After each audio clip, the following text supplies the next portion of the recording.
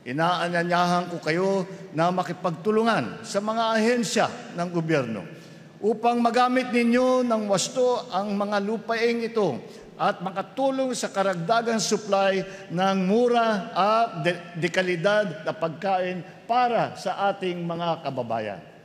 Tinatawagan ko ulit ang DAR na pabilisin ang pamamahagi ng lupa at makikipag-ugnayan sa iba't ibang ahensya ng pamahalaan upang makapagbigay ng malawakang serbisyo sa ating mga magsasaka.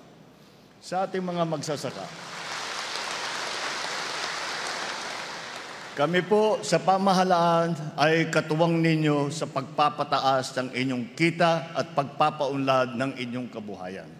Umasa po kayo na patuloy po ang pagkakilos upang pangalagaan ang ating mga yamang lupa at ang ating kalikasan at matiyak ang kalidad ng pamumuhay ng bawat Pilipino ngayon at sa mga susunod na henerasyon.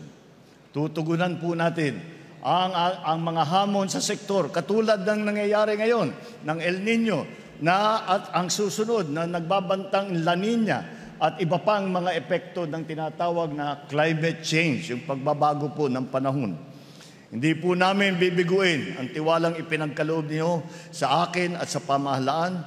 Hindi po namin iindayin ang pagod sa paglilibot sa lahat ng sulot ng bansa.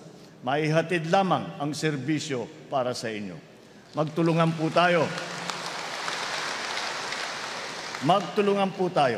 Sama-sama nating isulong ang masaganang buhay sa ilalim ng isang bagong Pilipinas.